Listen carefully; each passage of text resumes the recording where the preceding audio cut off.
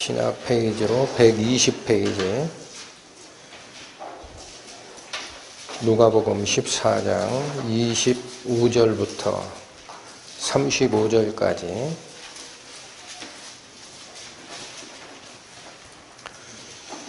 살피겠습니다. 허다한 무리가 함께 갈새 예수께서 돌이키사 이르시되 무릇 내게 오는 자가 자기 부모와 처자와 형제와 자매와 및 자기 목숨까지 미워하지 아니하면 능히 나의 제자가 되지 못하고 누구든지 자기 십자가를 지고 나를 좇지 않는 자도 능히 나의 제자가 되지 못하리라. 너희 중에 누가 망대를 세우고자 할진대 자기의 가진 것이 준공하기까지에 족할는지 먼저 앉아 그 비용을 예산하지 아니하겠느냐. 그렇게 아니하여 그 기초만 쌓고 능히 이루지 못하면 보는 자가 다 비웃어 가로되 이 사람이 역사를 시작하고 능히 이루지 못하였다 하리라. 또 어느 임금이 다른 임금과 싸우러 갈 때에 먼저 앉아 1만으로서 저 2만을 가지고 오는 자를 대적할 수 있을까 헤아리지 아니하겠느냐. 만일 못할 터이면 저가 아직 멀리 있을 동안에 사신을 보내어 화친을 청할지니라. 이와 같이 너희 중에 누구든지 자기의 모든 소유를 버리지 아니하면 능히 내 제자가 되지 못하리라. 소금이 좋은 것이나 소금도 만일 그 맛을 잃었으면 무엇으로 짜게 하리요. 땅에도 거름에도 쓸데없어 내어 버리느니라. 들을 귀가 있는 자는 들을지어다 하시니라. 하나님 아버지, 감사와 찬양을 올려드립니다. 저희는 오늘 기록된 이 말씀을 통하여 주님의 가르침을 받고 주님의 뒤를 쫓아가는 제자가 어떠한 마음 자세로 쫓아야 하는지를 살피고자 하오니 저희의 아둔한 마음을 열어서 하나님의 음성으로 가득 채우는 시간 되게 하여 주옵소서. 예수님의 이름으로 기도 올립니다. 아멘. 누가복음 14장 25절에서 35절까지는 제자의 도라고 합니다. 제자가 걸어가야 하는 길, 그 제자의 도에 대해서 말씀을 주시고 계시는데 특이한 것은 제자가 갖춰야 될 덕목 그런 방향으로 주시지를 않았고 제자가 될 수 없는 조건으로 주셨습니다. 이 말은 어조가 굉장히 조심하라라는 어조입니다. 제자가 될 수 없는 조건이 있다. 그리고 그 될 수 없는 조건을 3번을 명시하십니다. 26절의 끝에 능히 나의 제자가 되지 못하고 또 27절의 끝에도 능히 나의 제자가 되지 못하리라. 33절의 끝에도 능히 내 제자가 되지 못하리라. 성경 말씀에서 3번을 반복하시는 것은 완전함을 얘기합니다. 그러니까 제자가 될 수 없는 조건을 3번을 거듭 말씀하셨다라는 것은 굉장히 중요한 얘기를 하시는 겁니다. 저는 이제 제자라는 것이 무슨 뜻일까 해서 먼저 국어사전을 찾아봤습니다. 제자란 스승의 가르침을 받아 그 뒤를 따르는 사람, 이렇게 정의가 되어 있더라고요. 그러니까 우리가 예수님의 제자입니다라고 하려면 스승의 가르침만 받아도 반쪽짜리고 또 가르침이 없이 자기가 생각하는 대로 행하여도 반쪽짜리입니다. 스승의 가르침을 받아 그 가르침대로 따라가는 사람, 행하는 자, 갈행자를 쓰거든요. 그것이 제자다 이렇게 설명을 하고 있는 모습을 보았습니다. 26절에 보면 한번 다시 보겠습니다. 무릇 내게 오는 자가 자기 부모와 처자와 형제와 자매와 및 자기 목숨까지 미워하지 아니하면 능히 나의 제자가 되지 못하고, 첫 번째 제자의 도를 설명하셨습니다. 그런데 말씀드린 대로 부정형으로 기술하고 계십니다. 미워하라라는 말로 동사가 사용됐습니다. 그 미워해야 하는 대상은 첫 번째 자기 부모입니다. 두 번째는 아내와 자식입니다. 세 번째는 형제와 자매이고, 네 번째 거명된 것은 자기 목숨입니다. 그래서 이게 부정형으로 기록되다 보니까 이게 강조형인데 혹시라도 오해하시는 분이 있을까봐 거참 성경 말씀을 읽다 보면 이해가 안 된다. 예수님께서는 원수까지 사랑하라 하셨는데 어찌하여 이 본문에서는 가장 가까이 있는 자기 가족을 미워하라라고 하셨을까? 그렇게 오해하시는 분이 있습니다. 이런 오해가 나올 때는 다행히 복음서는 공관복음 3개와 요한복음까지 4번의 시각으로 기술한 것들이 있습니다. 그리고 똑같은 이 말씀이 기록된 다른 쪽 성경, 이걸 병행구절이라고 합니다. 병행, 같이 간다라는 뜻이죠. 그래서 그 병행구절을 쫓아가면은 뜻이 분명히 드러납니다. 그래서 여기를 잡으시고 마태복음 10장으로 가십니다. 페이지 16페이지입니다. 마태복음 10장 37절과 38절의 말씀. 아비나 어미를 나보다 더 사랑하는 자는 내게 합당치 아니하고, 아들이나 딸을 나보다 더 사랑하는 자도 내게 합당치 아니하고, 또 자기 십자가를 지고 나를 좇지 않는 자도 내게 합당치 아니하니라. 오늘의 본문의 말씀 26절과 27절을 마태복음 10장 37절과 38절이 그대로 받고 있는 겁니다. 이런 형태를 병행 구절이다, 그렇게 말씀을 하십니다. 그런데 누가복음에서는 미워하라라는 동사를 썼는데 마태복음에서는 그 단어가 다른 쪽으로 사용된 게 확인이 됩니다. 어떻게 하라고 되어 있습니까? 더 사랑하지 말라. 그렇습니다. 이제는 드러납니다. 누가복음에서 강조를 하다가 부정형으로 기술된 이 미워하라라는 낱말은 미워하고 저주하고 마음에서 떨쳐버리라, 그런 의미가 아니고 덜 사랑해야 한다라는 뜻입니다. 나보다는 덜 사랑해야 한다. 그러니까 오늘 본문 누가복음 14장 26절에 자기의 가장 가까이 있는 부모, 아내, 자식, 형제자매, 자기의 생명까지도 하나님을 사랑하는 것보다는 덜 사랑해야 돼. 이게 첫 번째 제자가 되는 조건입니다. 성경 말씀은 되지 못하는 조건으로 바꿨지만 저희는 되는 조건으로 이해를 하셔야 됩니다. 그러니까 이 말씀은 뭐하고 똑같은 겁니까? 첫 번째 계명입니다. 첫 번째 계명. 마음을 다하고 뜻을 다하고 목숨을 다하여 너희 하나님을 사랑하라. 다시 본문으로 돌아오셔서 27절 보십니다. 누구든지 자기 십자가를 지고 나를 좇지 않는 자도 능히 나의 제자가 되지 못하리라. 능히 못한다라는 얘기는 불가능하다라는 뜻입니다. 그러니까 이렇게 하지 않고는 제자가 될 수 있는 방법이 없다라는 말씀입니다. 그런데 자기 십자가를 지고 쫓으라.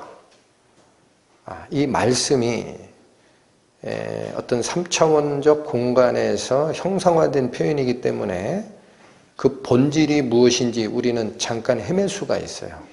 그래서 이 말씀도 똑같이 병행구절이 있는 말씀과 비교해서 십자가를 진다라는 의미가 무슨 뜻인지를 살피고자 합니다. 여기를 똑같이 잡으시고 누가복음 9장으로 가보십니다. 107페이지입니다. 누가복음 9장 23절 24절 또 무리에게 이르시되 아무든지 나를 따라오려거든 자기를 부인하고 날마다 제 십자가를 지고 나를 쫓을 것이니라. 누구든지 제 목숨을 구원코자 하면 잃을 것이요 누구든지 나를 위하여 제 목숨을 잃으면 구원하리라. 여러분 23절의 말씀에 아무든지 나를 따라오려거든 자기를 부인하고 날마다 제 십자가를 져야 돼. 그렇게 말씀을 주십니다. 그러니까 이 십자가를 지는 형상화된 이 말씀은 나를 부인하라라는 얘기입니다. 나를 부인하라. 내가 가진 생각, 가치관이 하나님께서 인도하는 말씀의 방향과 안 맞을 때는 나를 부인해야만 하나님을 쫓을 수 있기 때문에 하나님을 쫓아야 하나님의 제자가 되잖아요.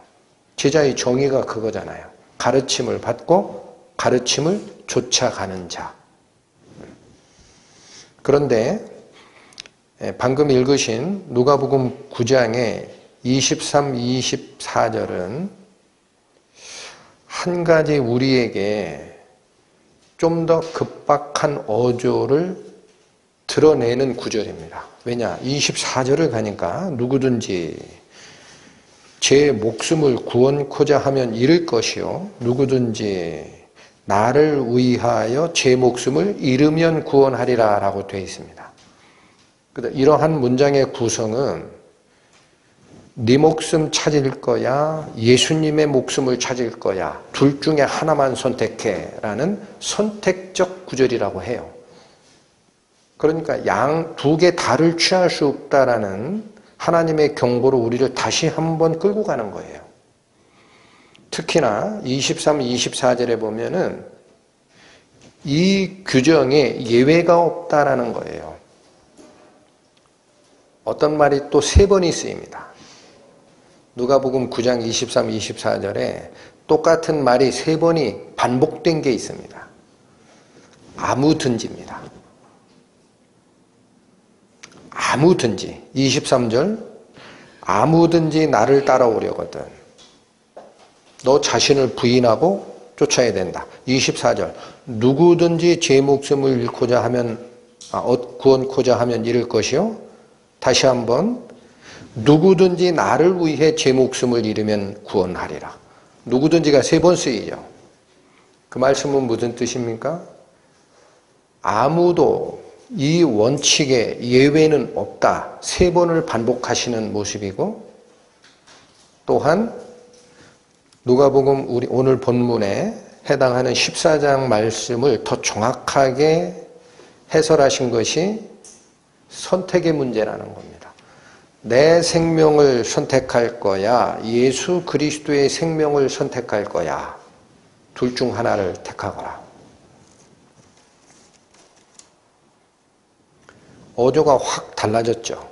오늘 본문으로 얘기하면 26절에서는 사랑하는 순서를 얘기하셨다면 하나님을 제일 먼저 사랑하고 나의 가족은 또 내 생명은 그 뒷순위로 사랑하라 라는 어조였다면 27절을 밝혀주고 있는 누가복음 9장 23, 24절을 가보니까 이제는 둘 중 하나를 선택해야 돼. 그런 뜻입니다. 둘 중 하나를 선택하라. 점점 어떤 하나님의 경고의 말씀이 우리를 긴박한 상황 속으로 끌고 가시는 모습입니다. 왜 이런 얘기를 하실까? 이렇게 얘기하시고도 사람들이 이해를 잘 못합니다. 왜 내 생명을 얻으려면 내 생명을 붙들어야지. 내 생명을 놓고 왜 예수의 생명을 붙들려고 하느냐.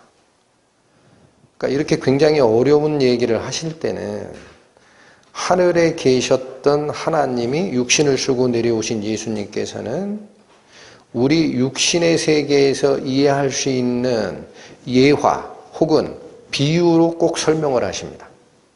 못 알아들을 수 있으니까. 그래서 오늘 본문에 이어지는 26절에서 32절까지는 두 번에 걸친 비유가 여기 제시가 되어 있습니다. 앞단에 제시되어 있는 비유는 망대를 건설하는 자의 비유입니다. 그리고 후단에 다시 한번 제시되어 있는 비유는 전쟁에 임하는 자의 비유입니다. 똑같은 내용을 두 번 비유로 얘기하는 것을 성경학자들은 쌍둥이 비유라고 합니다. 강조입니다. 한 번에 못 알아들을 것 같으니까 두 번에 걸쳐서 28절에서 30절까지가 망대를 건설하는 자의 비유인데 살피겠습니다. 너희 중에 누가 망대를 세우고자 할진대 자기의 가진 것이 준공하기까지에 족할는지 먼저 앉아 그 비용을 예산하지 아니하겠느냐. 그렇지 아니하여 그 기초만 쌓고 능히 이루지 못하면 보는 자가 다 비웃어 가로되 이 사람이 역사는 시작하고 능히 이루지 못하였다 하리라.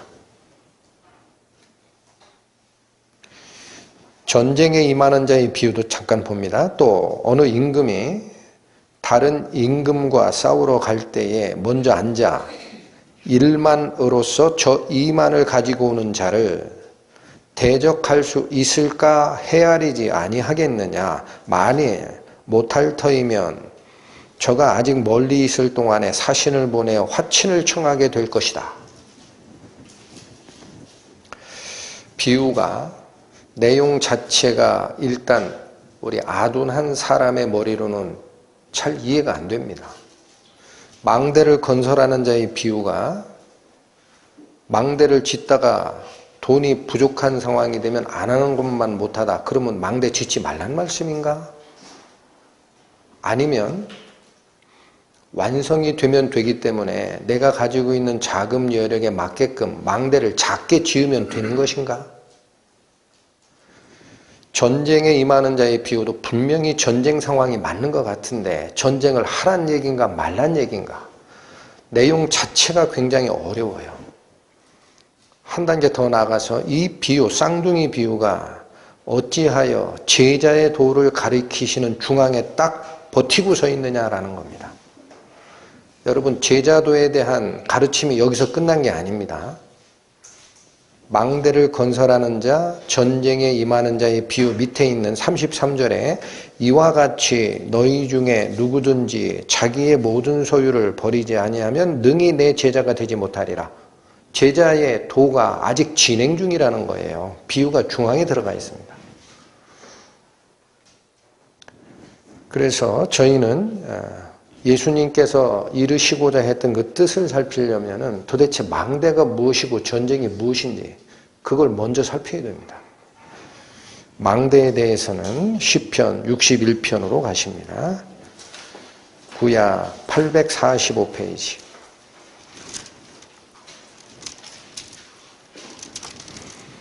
시편 61편 3절의 말씀. 주는 나의 피난처시요 원수를 피하는 견고한 망대 시민이다. 성경에서는 망대를 누구로 표현하신 거죠? 하나님으로 표현합니다. 한 군데 더 찾습니다. 잠언 18장 929페이지입니다. 929페이지 잠언 18장 10절의 말씀.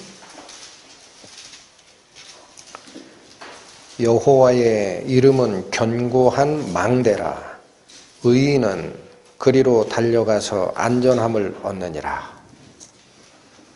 성경이 가르치는 바는 망대는, 신앙적 관점에서의 망대는 피할 곳입니다.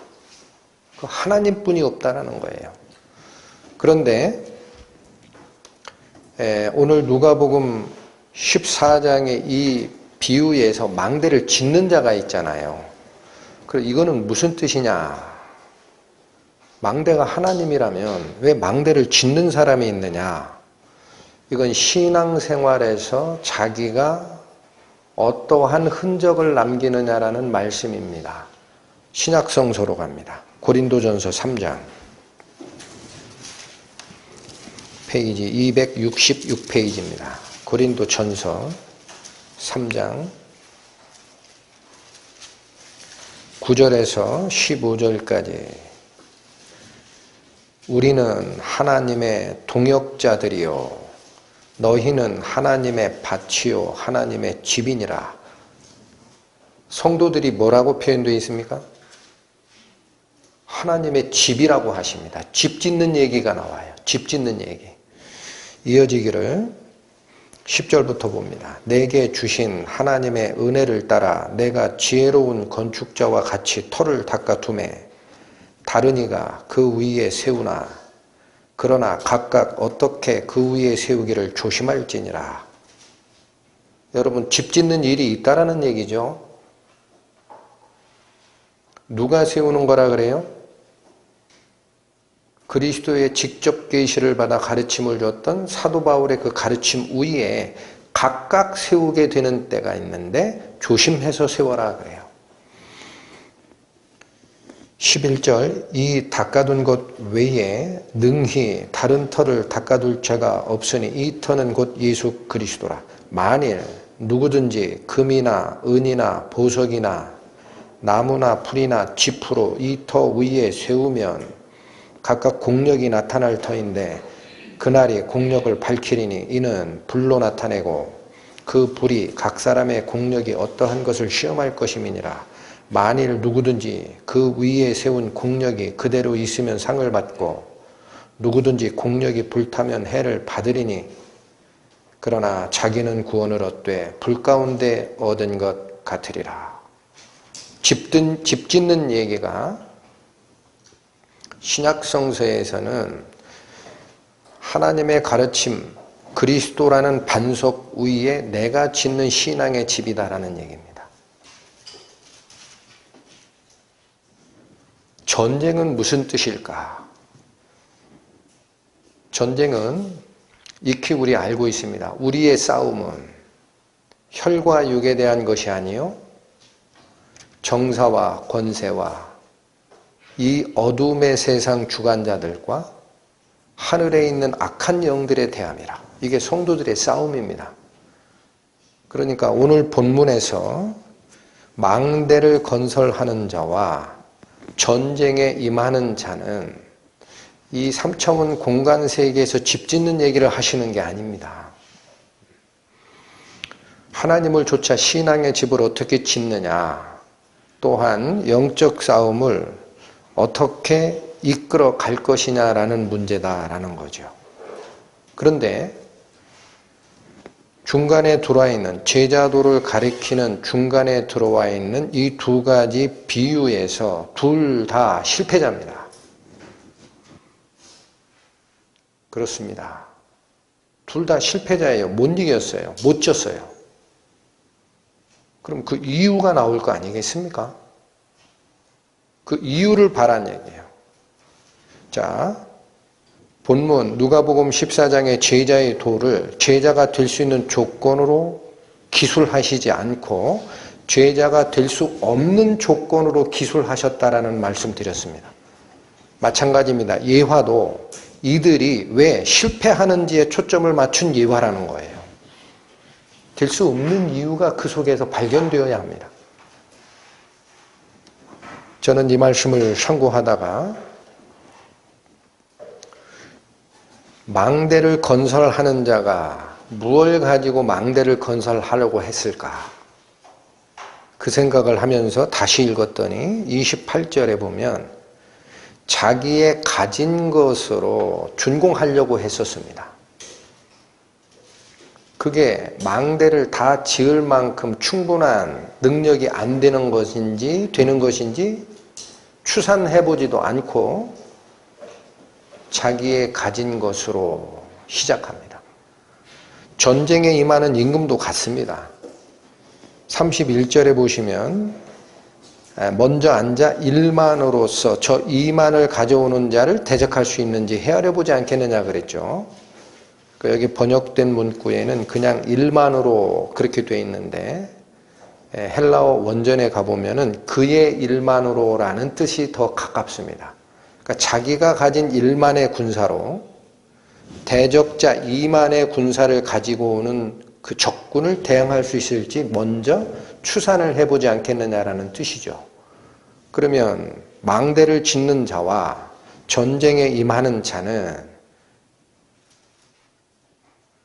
무엇로 그걸 완성하려고 했다라는 뜻이 나와요? 자기의 것입니다. 자기의 것. 자기 걸로 시작했는데 못 이루는 자. 자기의 능력으로 신앙을 완성하려고 하였는데 못 이루는 자. 자기의 능력으로 영적 전쟁에서 승리를 향하여 나아갔으나 싸움에서 질 수밖에 없는 자.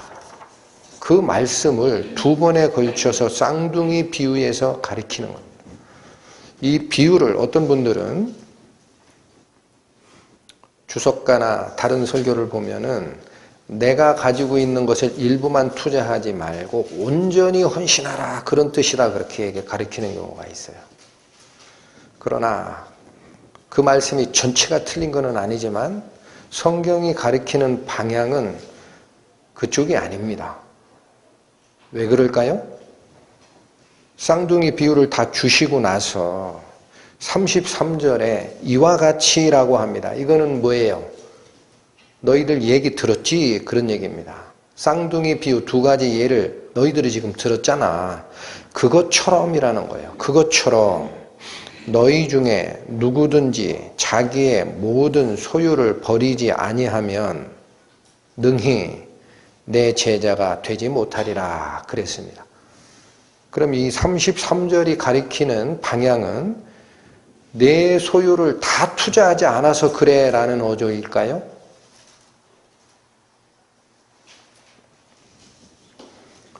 내 소유를 버리지 않았기 때문에 그렇다고 하잖아요. 성경이 가르치는 화살표는 반대쪽이라는 거예요. 내가 뭔가 다 나의 가지고 있는 자원과 능력과 열성을 다 맞췄구나 그렇게 이해하면 성경이 가르치는 가르침으로 100% 들어갈 수 없습니다.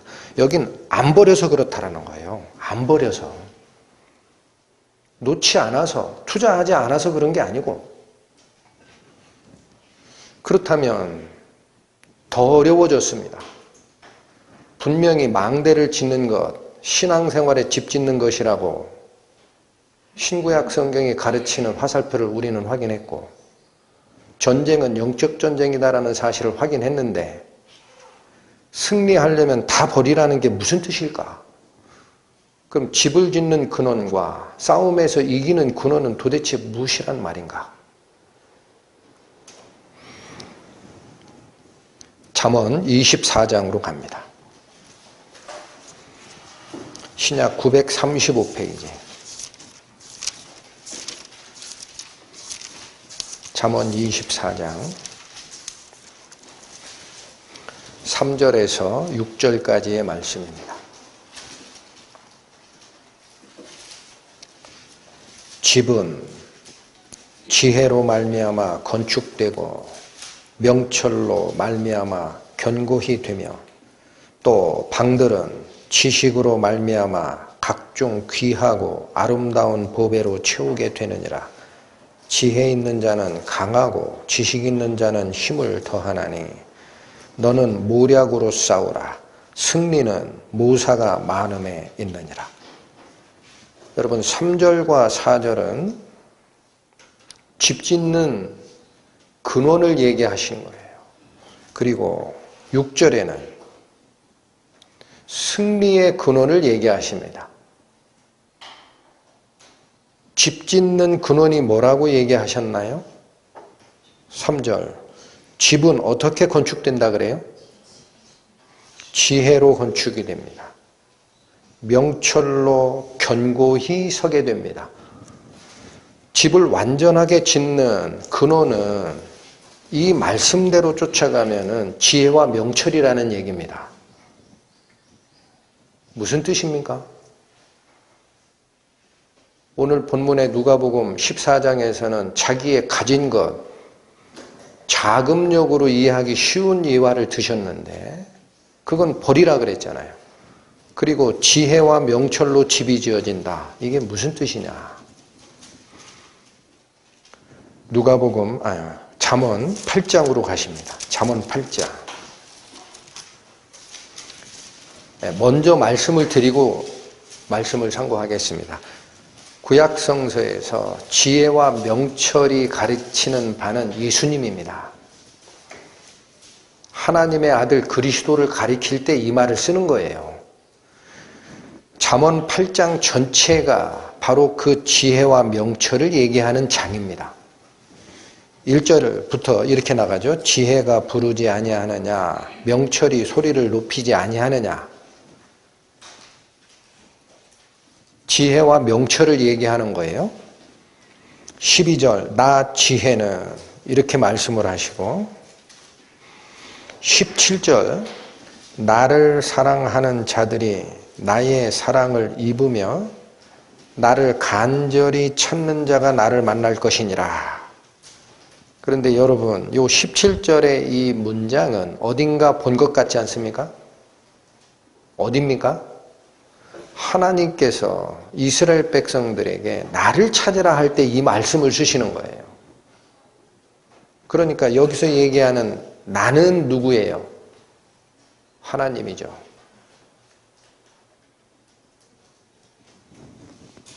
(22절) 가면 도대체 형상화되지 않는 이 지혜와 명철이 누군지가 단초가 드러납니다. 여호와께서 그 조화의 시작 곧 태초에 일하시기 전에 나를 가지셨다 그래요.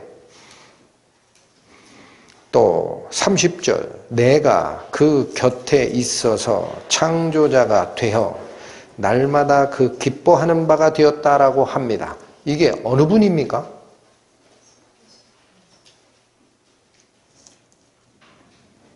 여호와께서 조화의 시작이라는 것은 물질 세계를 만들기 바로 시작 전에라는 뜻이에요. 조화의 시작, 그 태초에 일하시기 전에 누구를 가졌다? 지혜와 명철을 가졌다 그래요. 그리고 30절에는 내가 바로 창조자가 되어서 하나님의 기뻐하는 바가 되었다라고 합니다. 22절과 30절의 이 존재는 요한복음 1장 1절에 드러나는 비밀입니다. 태초에 말씀이 계시니라. 이 말씀이 누구와 함께 계셨으니 하나님과 함께 계셨으니 그게 잠언 8장 22절 아니에요? 이 말씀은 곧 하나님이시니라. 태초에 그가 계셨고 만물이 그로 말미암아 창조되었으니 아무것도 그가 없이는 지은 것이 없느니라. 그게 뭐예요? 30절이잖아요. 요한복음 1장 1절이 얘기하는 것은 지혜와 명철의 존재가 세상을 창조한 창조주와 같이 계셨던 그 존재가 누구라는 거예요? 육신을 쓰고 오신 예수님이라는 거예요. 구약이 얘기하는 지혜와 명철이 그래서 그리스도입니다. 성자 하나님을 얘기하는 거예요. 35절 가보세요. 잠언 8장 35절 대저 이거 결론 내리는 겁니다. 나를 얻는 자는 생명을 얻고 여호와께 은총을 얻을 것임이니라. 무슨 말씀과 에코 메아리로 화답하나요? 요한복음의 예수님입니다. 요한복음엔 뭐라고 되어 있어요? 율법은 모세로 말미암아 주신 것이요 은혜와 진리는 그리스도로 말미암아 온 것이라. 은혜를 입은 자라는 거예요. 생명을 얻는다? 요한복음 14장쯤에 가면은 내가 곧 길이요 진리요 생명이니, 전부 누구를 가리키는 거예요? 생명을 주러 오시는 아버지 하나님 품속에 독생했던 그 아들 하나님. 그러니 잠언 24장 3절에서 집은 지혜로 말미암아 건축되고 명철로 말미암아 견고해진다라는 것은 집을 완성하는 근원은 누구라는 얘기가 돼요? 그 예수님이라는 거예요. 신앙의 집을 건설하는 근원은 예수님이라는 거예요. 어렵죠?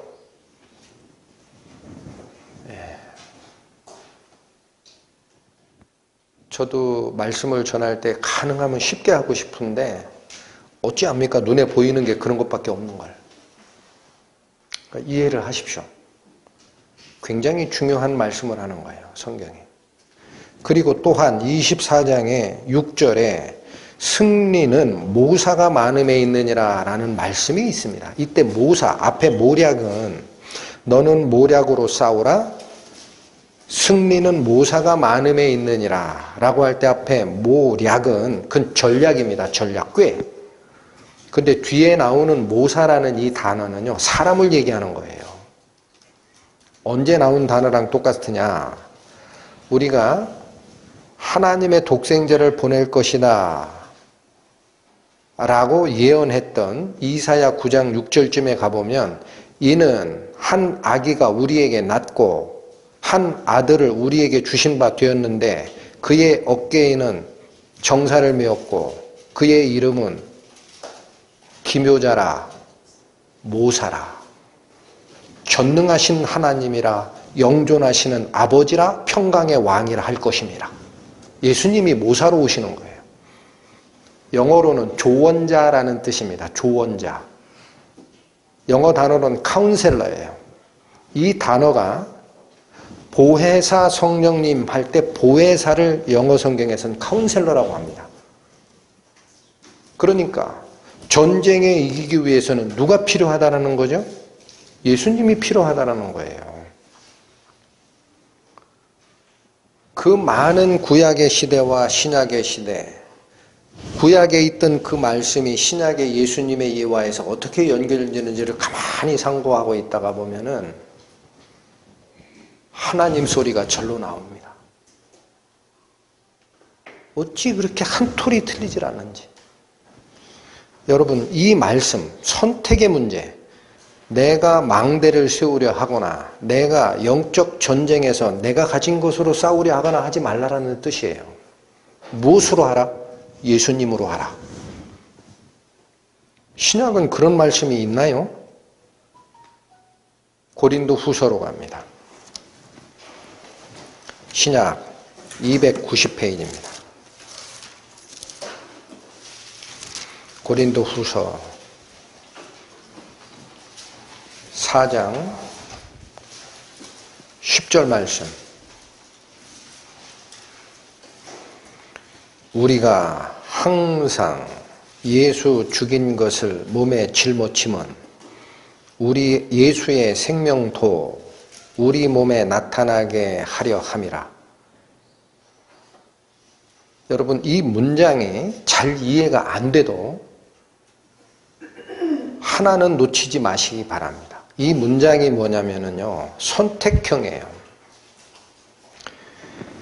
내가 예수를 죽였다라는 것을 몸에 짊어지는 이유가 있다라는 거예요. 그렇게 해야 어떻게 된다? 예수의 생명, 부활하신 예수님의 생명이 육신을 쓰고 죽을 수밖에 없는 우리 육신의 몸에 그 성령의 역사가 드러나게 돼 있다는 거예요. 아니, 목사님, 그런데 10절은 선택의 문제 아닌 것 같은데요? 11절 보십니다.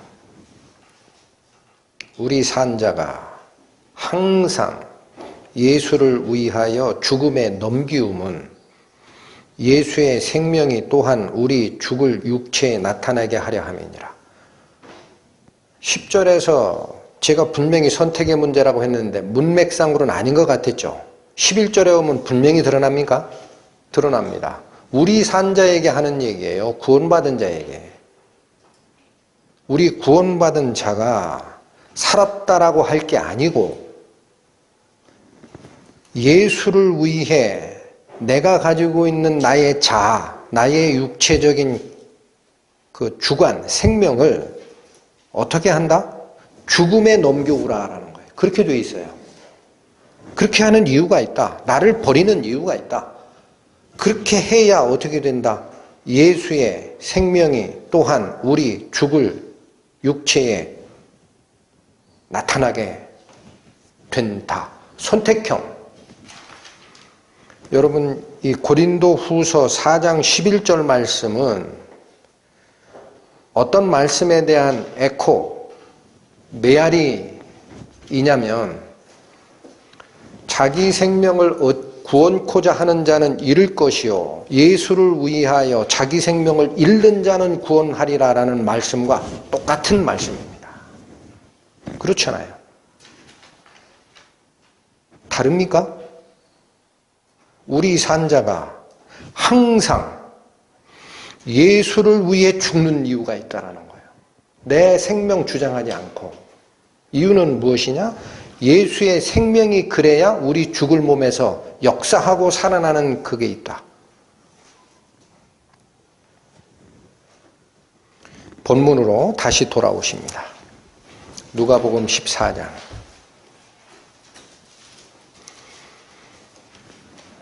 자, 이제는 그렇게 잘 엮이지 않았던 쌍둥이 예화, 망대를 짓다 실패하는 자, 전쟁에서 이길지 질지 모르고 막 나가려고 했던 그 실패자의 두 비유가 왜 33절에 이와 같이 너희는 모든 것을 버리지 아니하면 나의 제자가 못된다 라는 말씀으로 연결되어 있는지 이제는 보입니다.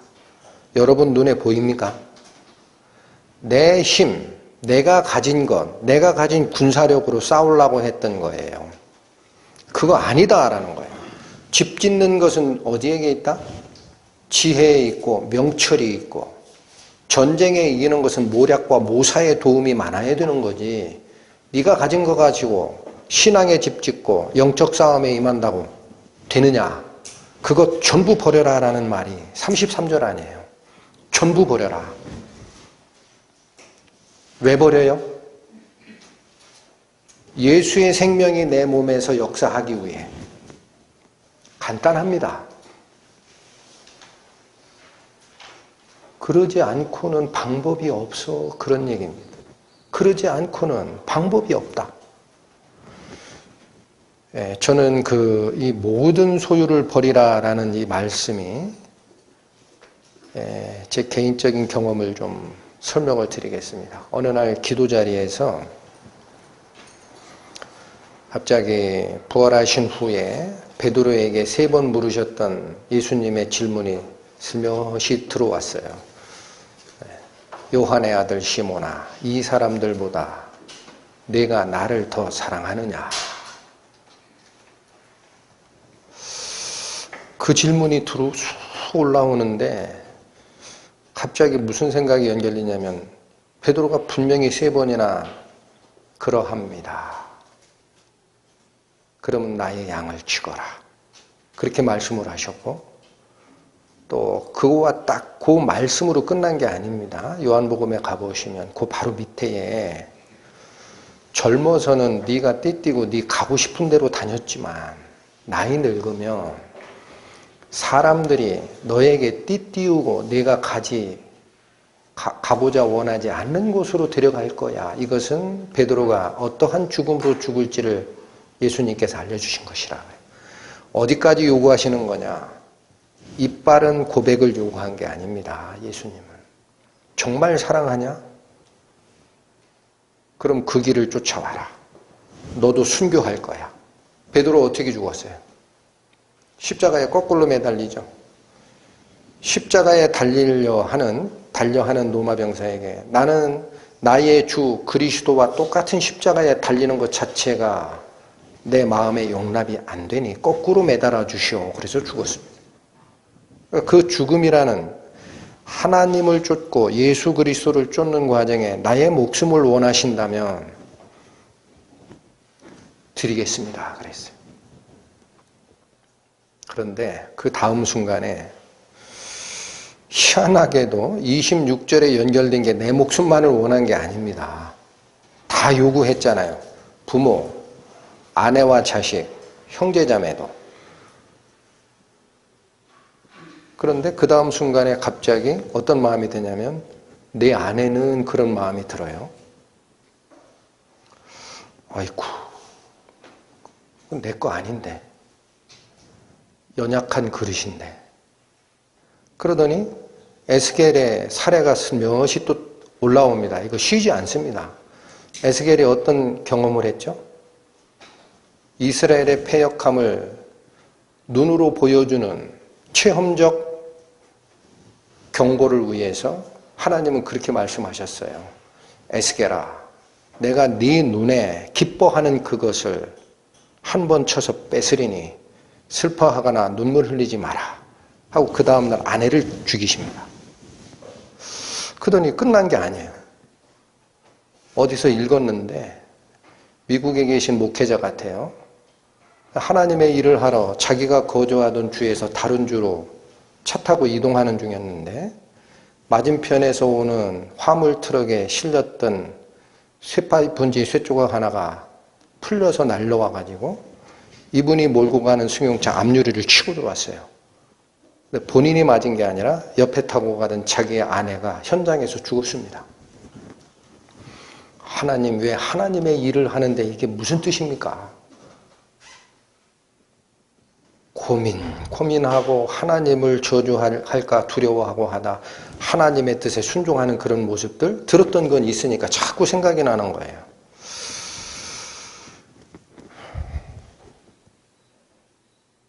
나의 배우자는 연약한 그릇인데 조강지처 30여 년을 같이 살았지만 연약한 저 그릇을 요구하시면 어떻게 할까? 여러분, 조강지처, 조가 무슨 뜻이죠? 술찌개미 조입니다. 강, 쌀겨 강. 먹을 게 없어가지고 술찌개미하고 쌀겨를 같이 먹으면서 고난을 겪었던 그의 아내, 어릴 적 아내를 지칭한 말이 조강지처입니다.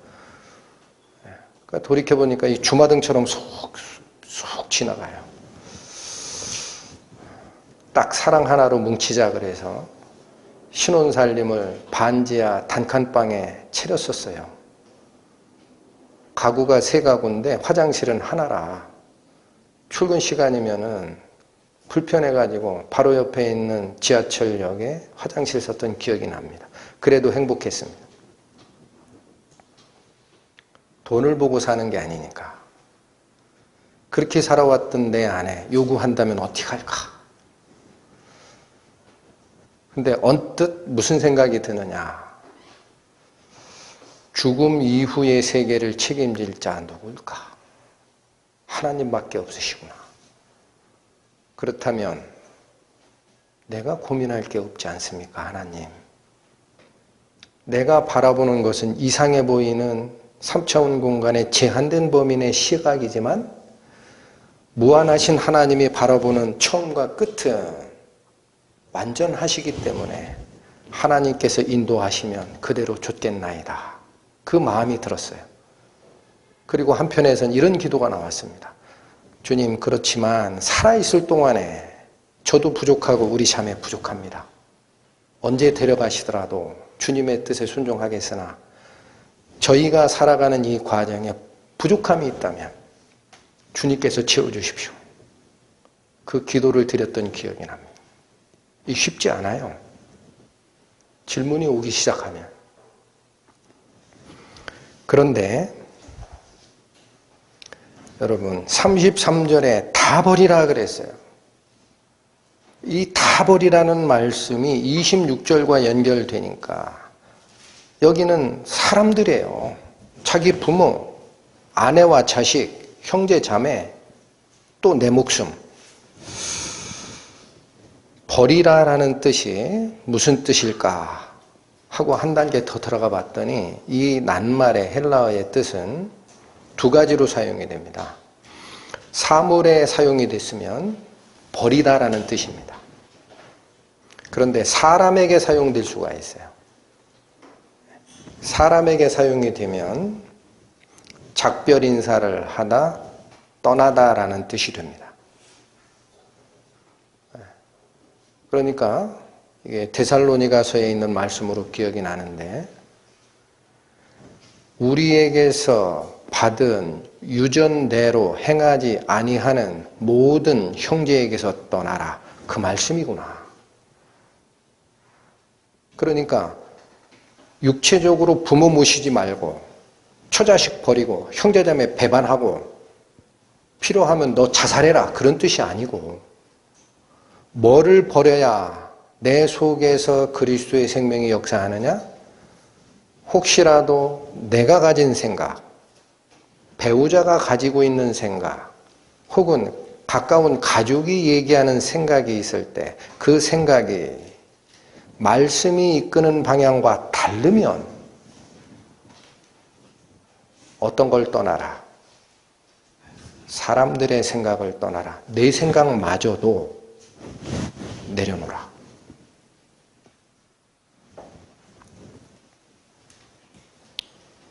시편 45편으로 갑니다. 834페이지.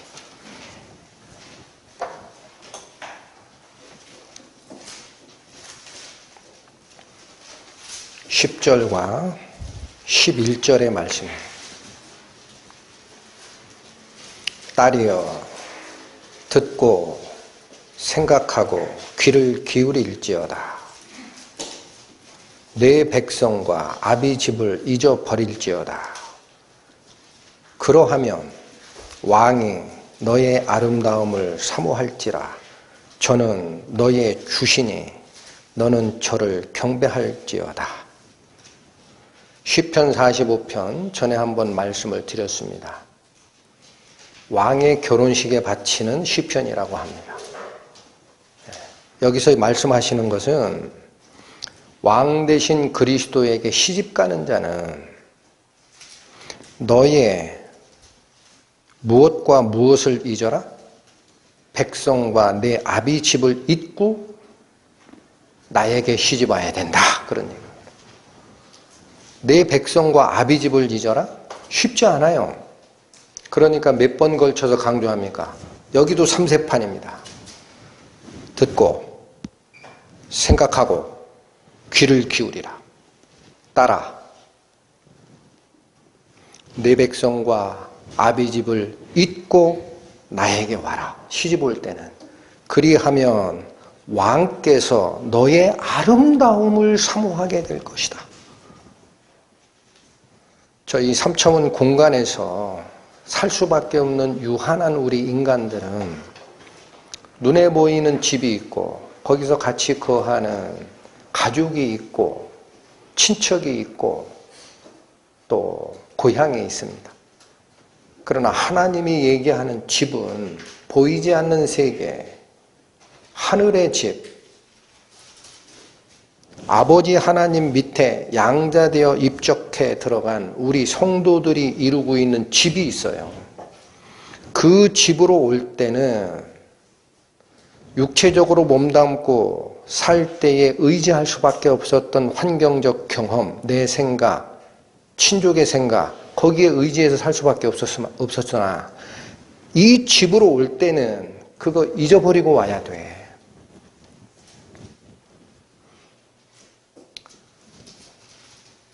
굉장히 조심스러워요. 우리가 부름받은 성도이지만 집에서 내가 가지고 있던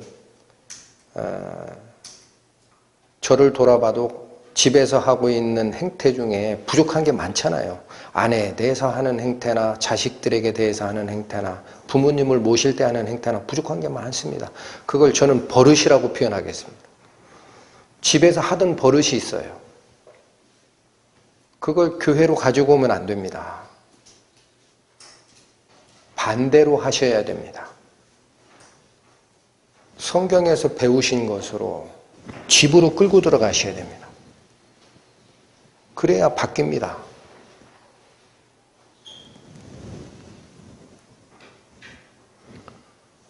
그래야 가르침이 계속 옵니다. 힘들어도. 오늘 본문에 예수님께서는 이 제자가 될 수 없는, 바꿔서 얘기하면 제자가 되려면 어떻게 행해야 되는지에 대한 제자의 도를 설명하시면서 두 번의 쌍둥이 비유를 드셨습니다. 얼마나 중요하셨으면. 그리고도 부족합니다. 그래서 33절 이후에 어떤 말씀을 또 얹혀주시느냐. 34절에 있습니다. 소금이 좋은 것이나 소금도 만일 그 맛을 잃으면 무엇으로 짜게 하리요? 땅에도 거름에도 쓸데없어 내어 버리느니라. 들을 귀가 있는 자는 들을지어라 하시니라. 현실 세계에서는 소금이 맛을 잃는 경우가 있을까요? 순수한 소금은 변질되지 않는다라고 합니다. 수천 년이 지나도. 그런데 여기 이 말씀은 무슨 뜻일까? 하고 자료를 찾아봤더니 이스라엘의 사해 지역에서 나는 소금, 여러분 사해바다가 소금바다인 거 알고 계시지요? 그런데 거기에는 소금만 있는 게 아니더라고요. 석고라든지 또는 광로석이라든지 저희가 듣도 보도 못한 다양한 광물질이 아주 다량으로 같이 포함되어 있다고 합니다. 그러니까 그 사해바닷물을 햇볕에 말려서 소금을 만드는 과정에 제일 먼저 그 소금이 응결된다고 해요. 그때 빨리 걷어내야 된다고 합니다. 그 시기를 놓쳐서 다른 광물질까지 같이 응고된 상태에서 걷어내면 이물질이 섞여 있기 때문에 그런 소금은 음식하는 데 쓰면은 음식을 부패하게 되기 때문에 쓸데가 없대요. 이건 방법이 딱 한 군데가 있답니다. 이 쓸모없는 소금. 어디다 쓰나 봤더니 사람이 다녀야 되는 길인데 광야 지역이니까 관리를 안 하잖아요. 근데 거기 자꾸 풀이 나거든요. 그러니까 그 위에다 그 소금을 그냥 뿌려버리면은 풀이 안 나고 다 죽어버리기 때문에 길 닦는 데는 딱 좋대요. 그러니까 예수님이 그런 비유도 기억이 나요. 소금이 맛을 잃으면 길에 버리워 사람들의 밟힐 뿐이니라 라는 말씀이 이 뜻이구나. 그렇다면 제자의 도에서 다 버려라 라는 33절의 선언 밑에 소금의 비유를 든 것은 또 무엇일까? 소금의 의미는 레위기 2장으로 가십니다. 구약 148페이지. 구약성경 148페이지 레위기 2장 13절 말씀. 내 모든 소재물에 소금을 치라. 내 하나님의 언약의 소금을 내 소재에 빼지 못할지니 내 모든 예물에 소금을 드릴지니라. 여러분 여기 언약의 소금이라는 표현이 나옵니다. 우리 지난 주차에 성전에 대한 말씀을 슬라이드로 제시해 드릴 때 법궤라는 하나님의 말씀이 기록된 십계명 돌판을 보관하는 법궤라는 그 궤의 이름이 나머지 두 가지가 또 있다 그랬죠. 언약궤라고도 하고 증거궤라고도 한다. 그래서 왜 언약궤라고 하느냐면 하나님의 약속의 말씀 십계명이 보관되어 있기 때문에 그렇습니다. 왜 법궤라고 하느냐 하면 하나님의 말씀은 변하지 않는 원리이시기 때문에 법입니다. 그러니까 이 언약의 소금을 치라라는 말씀은 변하지 않는 하나님의 말씀으로 소재를 드리라라는 뜻이에요.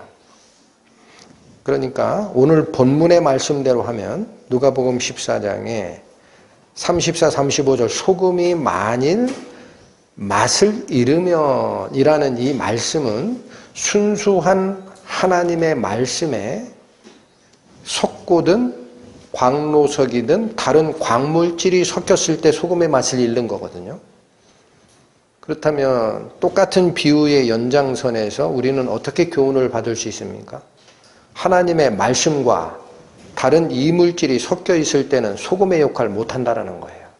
그러니까 뭐를 걷어내야 됩니까?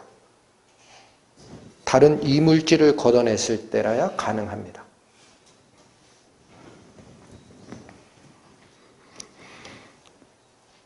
골로새서 3장 가십니다. 신약성경 327페이지입니다.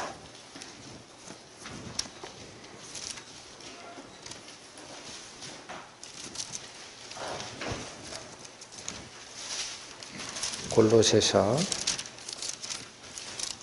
3장 15절 16절 말씀입니다. 그리스도의 평강이 너희 마음을 주장하게 하라. 평강을 위하여 너희가 한 몸으로 부르심을 받았나니 또한 너희는 감사하는 자가 되라. 여러분 잠깐 끊고 갑니다. 15절이 얘기하시는 우리에 대한 부탁의 말씀의 핵심은 무엇입니까?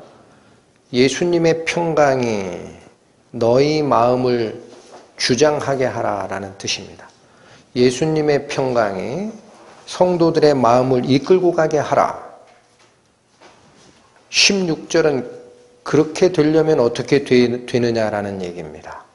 16절 그리스도의 말씀이 너희 속에 풍성히 거하여 모든 지혜로 피차 가르치며 권면하고 시와 찬미와 신령한 노래를 부르며 마음에 감사함으로 하나님을 찬양하고 또 무엇을 하든지 말에나 일에나 다 주 예수의 이름으로 하고 그를 힘입어 하나님 아버지께 감사하라.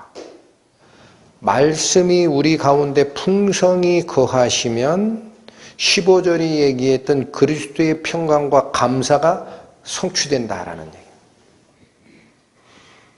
이 말씀이 마가복음 9장에 예수님이 얘기했던 대로 너희 속에 소금을 두고 서로 화목하라. 그리스도의 평강이 우리 성도들 안에 온전하게 임하는 방법은 하나님의 말씀이 풍성히 거하는 것, 약속의 소금이 완전하게 당신의 모습을 드러내는 것 밖에는 없습니다.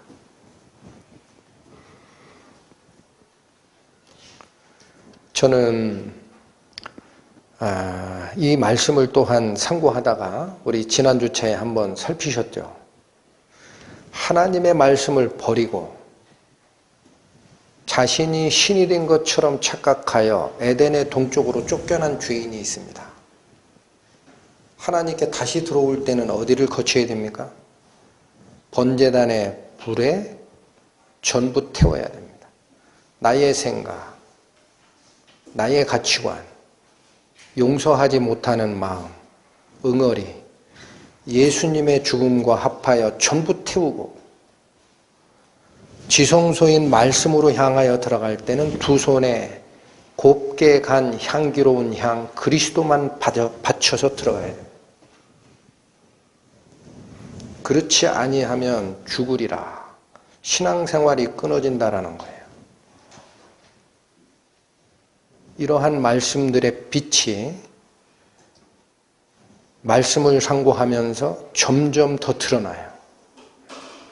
이러한 가르침에 저희는 그대로 아멘 그렇게 할 수밖에 없습니다. 워낙 중요하니까 오늘 본문에서 몇 차례 걸쳐서 설명하잖아요. 예화도 2개씩 드시고 소금이 뭔지, 왜 그들이 망대를 짓다가 중간에 실패하는지, 전쟁에는 왜 이기지 못하는지, 근원은 어느 쪽에 있는지 전부 드러납니다.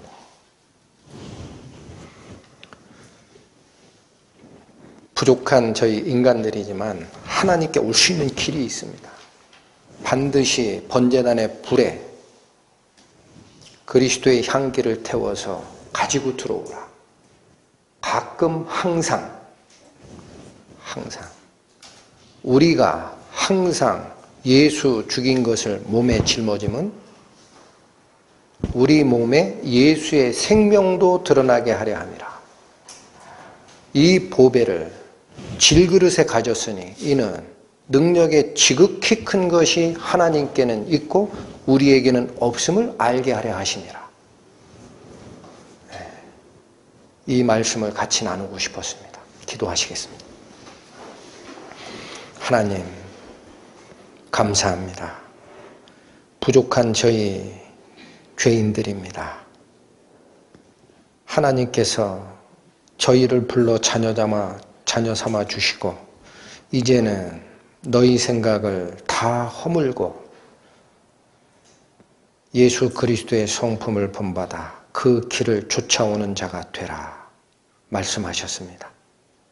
이 가르침이 저희에게 너무나 은혜로우니 남아있는 시간 그 가르침을 좇아 자기를 번제단에 태우고 그리스도의 향기로만 말씀 앞으로 나아가는 자 되게 인도하여 주옵소서.